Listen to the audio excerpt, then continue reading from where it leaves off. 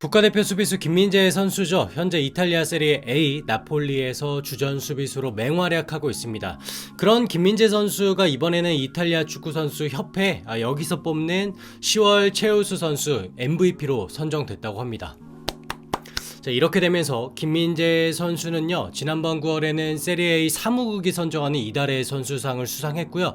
이번에는 이탈리아 입성 3개월 만에 축구선수협회가 뽑는 10월의 최우수 선수상을 수상하는 그런 쾌거를 누리게 됩니다.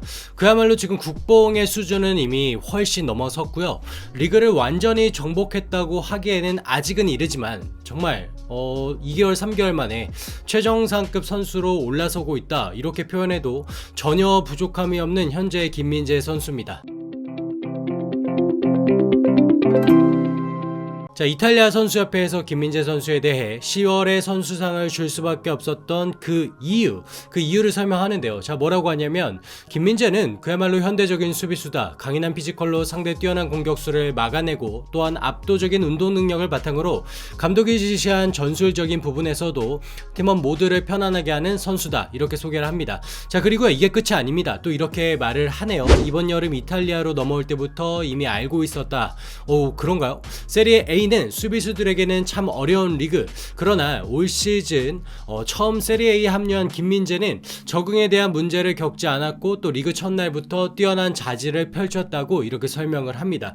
또 이어서요, 빅리그에서 단 한 번도 뛰지 않았던 수비수에 대한 걱정을 모두 아주 깔끔하게 해소했다고 말하고, 불과 2년 전까지 중국 리그에서 뛰던 선수였다라면서 놀라움을 정말 드러냈다고 합니다. 자, 보면 모두 맞는 말이죠. 놀랄 수밖에 없겠죠. 사실은 김민재를 알았던 대한민국 팬들조차 지금 놀라고 있으니까요.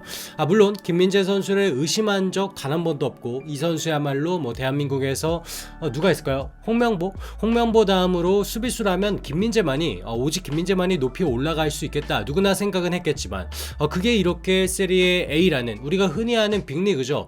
잉글랜드에는 손흥민 선수가 뛰고 있는 이 프리미어리그, 그 다음에 스페인에는 이강인 선수가 뛰고 있는 라리가, 그 다음에 독일 분데스리가와 함께 세리에 A라고 하면 세계 축구를 정말 주름 잡는 또 하나의 빅리그죠.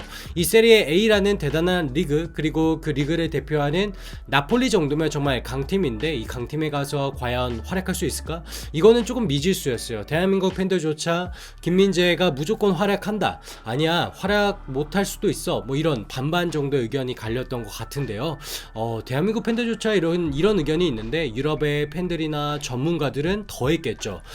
아무리 잘한다고 하지만 이 동양인 수비수 김민재 선수는 이전까지 활약한 곳을 보면 중국의 베이징관, 튀르키예 리그의 이 페네르바체에서 뛴 게 답니다. 의심의 여지가 분명히 있을 수밖에 없는 건 어쩌면 당연한 얘기겠죠.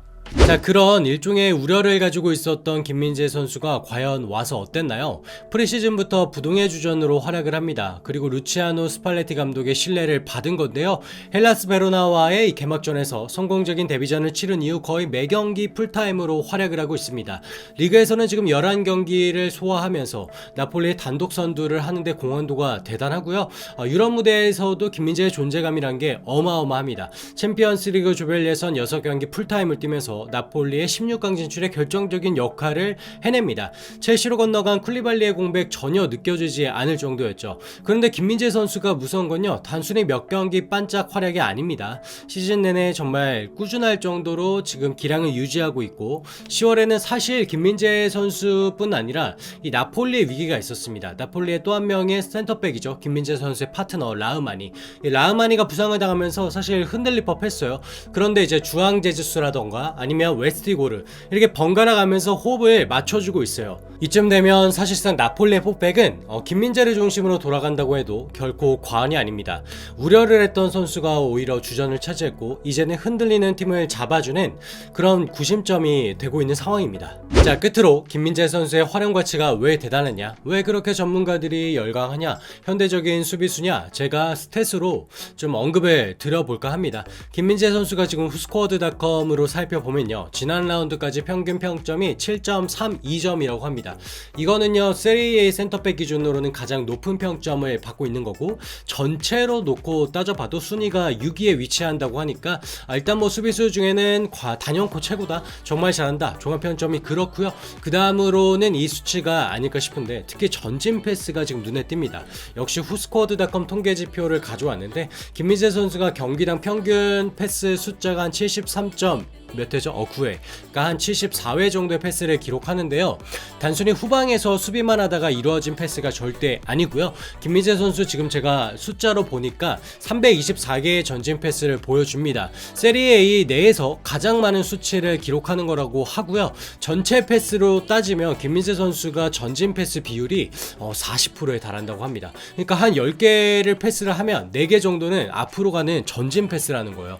그만큼 이거는 상당히 대단한 높은 비율인데요. 전진 패스를 할 줄 아는 수비수가 팀에 있다라는 거, 팀에 있어서는 정말 역동성을 가져다 주는 거고, 또 빌드업, 일단은 1차 빌드업 자체가 앞으로 가는 패스니까 이거 정말 엄청난 역할을 해준다고 보는 겁니다. 팬들 입장에서도 이럴 텐데 감독이나 스태프들이 바라보는 김민재 선수의 활용 가치는 더 대단하겠죠. 자, 지금 전반적으로 보면 김민재 선수가 참 잘하고 있습니다. 손흥민 선수가 지금 아찔한 정말 안타까운 부상을 당한 가운데 이제 우리 대표팀의 기둥은 사실상 김민재 선수입니다. 부디 제발 부상당하지 않고 리그를 대표하는, 그리고 전 세계를 대표하는 수비수로 우뚝 서기를, 그리고 카타르 월드컵에서도 변함없는 활약을 보여주기를 한국 팬 그리고 전 세계 축구 팬의 입장에서 응원하고 바라보겠습니다.